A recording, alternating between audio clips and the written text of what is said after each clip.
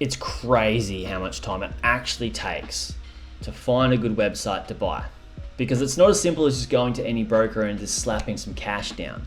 You need to find the right business model for you at the right price and at the right time, also before anyone else snatches it up.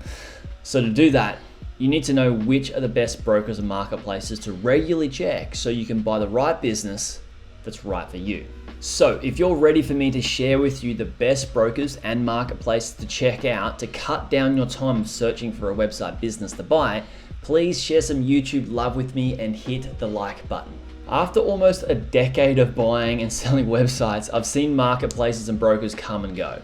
Some fizzle out, some come in hot, and some stand the test of time and continue to deliver. But just because a broker or a marketplace has been around for a long time and they're deemed trustworthy by the market, at times they can always be dud websites to buy. So if you don't know how to conduct website due diligence properly, you can get into a pickle. So that's what I'm going to do during this video, is not only share with you the trade secrets about buying the right business for whichever goals you have, but I'll also have a very special gift for you, so stay tuned for that. First, let me start with why I like brokers for beginners. Now, if you're first up, brand fresh and new to the market, and you want to buy a website business, brokers really make it so much easier for beginners. Now, let me compare the difference between marketplaces and brokers for beginners. When you're a beginner, you don't know what type of website to buy, you don't know how much to spend, and you don't know how to vet deals. You don't know the difference between a good business and a bad business. Now, with a broker, they vet a lot of deals. A lot of them don't go through to the platform where they're actually selling the business, because they don't want to sell dud businesses to people and that hurt their reputation, because they're trying to sell good businesses and build a reputation.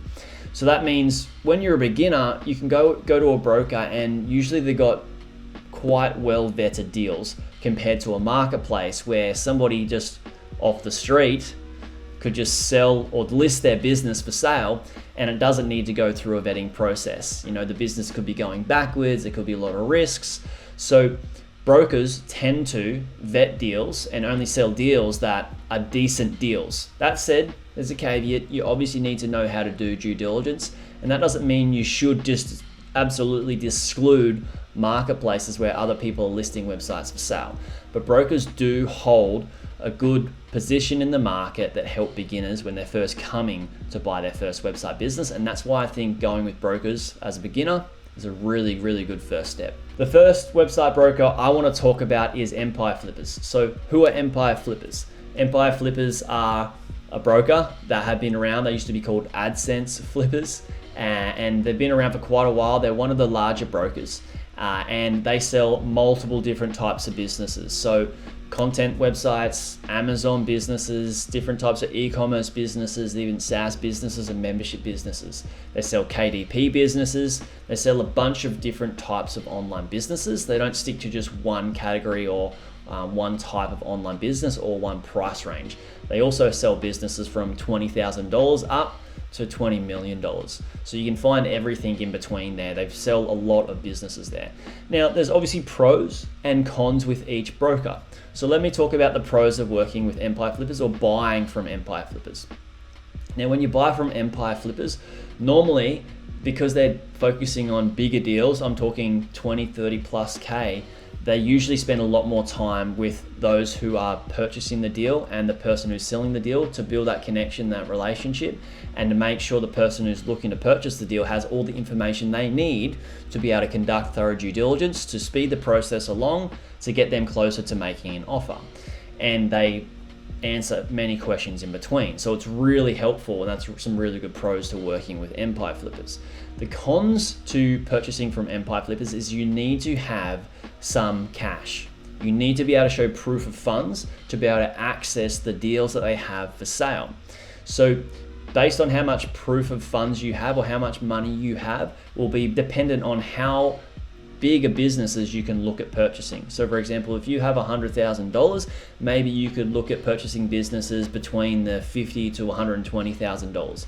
It depends on how Empire Flippers like to structure that, but you do need to have proof of funds to be able to look at will get further information about the businesses that are listed on Empire Flippers to conduct a thorough due diligence. Next, we have FE International. FE International, they are typically selling SaaS website businesses. Sometimes they're selling e-commerce and sometimes they're selling content, but they're more known for SaaS and membership and subscription type box businesses. There's pros and cons of working with FE International, of course, and there's that like with all the other brokers as well. The pros to working with FE International is that you don't need to have proof of funds. You do just need to fill out a form, a non-disclosure agreement, which is fair, which you need to do for most of the brokers and most of the businesses you're looking at buying. Fill out a non-disclosure agreement and you can get access to the prospectus. There is a con. Sometimes, most of the time I would say with FE International, is they'll ask you to sign an LOI, which is a letter of intent. A letter of intent is showing the broker and the seller that you intend on buying the business. Now, this freaks a lot of people out. Even if you are a good business investor, sometimes people have the psychology that if they put a price down, say there's a business for sale for $100,000, and they put $100,000 down with their intention of purchasing that business for $100,000, they believe it's a legal binding agreement, which isn't true. And this psychology freaks a lot of people out, and they don't end up going away and filling out a LOI to get further information and the prospectus about the business to equip themselves with the data to conduct a thorough due diligence to see if the business is a good investment or not. But an LOI is just a document that shows that you actually intend on purchasing the business. And also the little trick here as well is if you're looking at buying a business that is listed for $100,000 and you put that you intend to buy the business at $100,000 on your letter of intention, does not mean that you have to buy the business at $100,000. Maybe you value the business at $80,000 and you can go through and make that offer, and if that offer is confirmed and agreed upon by the seller, then you can purchase that business for a lesser price than what you actually put on your letter of intent. So it doesn't need to be the same amount that you put on your letter of intent for what you purchase the business for if you are going to purchase the business. The reason brokers do this is because letter of intents do freak people out, and people that don't know how to use them or why to use them will tend to often not know much about buying an online business or buying a business in general, and that will just scare them off. So it really creates a bit of a barrier for those who do want to buy a business, for those people that don't know much about buying businesses, to those people who do and actually have some intention on purchasing that business, which I think is a fair play as a broker if you're trying to cut down your costs and your team's time put into people that aren't actually wanting to buy businesses. So there's some pros and cons to FE International. FE International, the size of the sites that they're usually selling is anywhere from $50,000, even $60,000, $70,000 and up to the $20 million range as well. Like I said, they're best known for their SaaS and subscription type website businesses. Next up, Quiet Light, formerly Quiet Light Brokerage. They are a website broker, an online business broker. Who are they for? These are usually for people that are wanting to buy e-commerce businesses. Normally, Quiet Light sell predominantly e-commerce businesses. They're known to list some SaaS and known to also list some content websites as well. But generally, they're listing e-commerce businesses anywhere from usually $100,000 and upwards, up to that $20 million range as well. So that's where Quiet Light Brokerage comes in. Now, there's pros and cons to Quiet Light Brokerage. They don't get, in my opinion, as much deal flow as some of the other brokers that I have previously mentioned, and they may not sell the businesses as quickly. So that's a pro, right? To being able to see, as a buyer, being able to see those businesses that are still available for sale.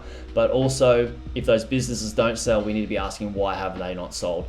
That said, Quiet Light Brokerage have sold some really, really good businesses, and they do list some really, really good businesses. Majority of the businesses they list are really good because they want to be a premium broker, and they don't want to be wasting their time selling businesses that aren't great businesses. So Quiet Light Brokerage, in my opinion, really isn't for somebody that is new to the market, that's wanting to buy a business, because they're selling e-commerce businesses which are hard for beginners because there's a lot of hats to wear, and plus they're selling 100K plus businesses. So usually quite light are for those more advanced buyers. In a second, I'm going to share with you where you can buy websites under that $100,000 price range. But first, I want to thank our video sponsor, Niche Website Builders, who help people scale their content websites with their done-for-you content creation and link building services, many of which our Bob members and audience actually use, which is why they're offering us exclusive deals on their packages. So go to nichewebsite.builders/Bob/ to check out these great deals. There'll be a link in the description as well. Now we have motioninvest.com. Now, who are motioninvest.com for, and what type of websites do they actually buy? Motion Invest are a marketplace, or a broker, I should say, that sell content websites, specifically content websites. What I mean by that is sites that are blogs or affiliate websites, news websites, sites that make money from affiliate commission or ad revenue, or a combination of both. Now, the sites that they typically sell are businesses anywhere from the $1,000 range up to the $70,000, $80,000 range, maybe even further still. They have been known to sell businesses north of $200,000 before as well. Now, the pros and cons to working with Motion Invest. The pros to Motion Invest are that you get all the information of those website businesses listed on their website. You do need to sign up, you do need to log in, and you do need to be able to do that to get access to all the data for each of those businesses, but it's right there in front of you on the actual website, on the listing that is.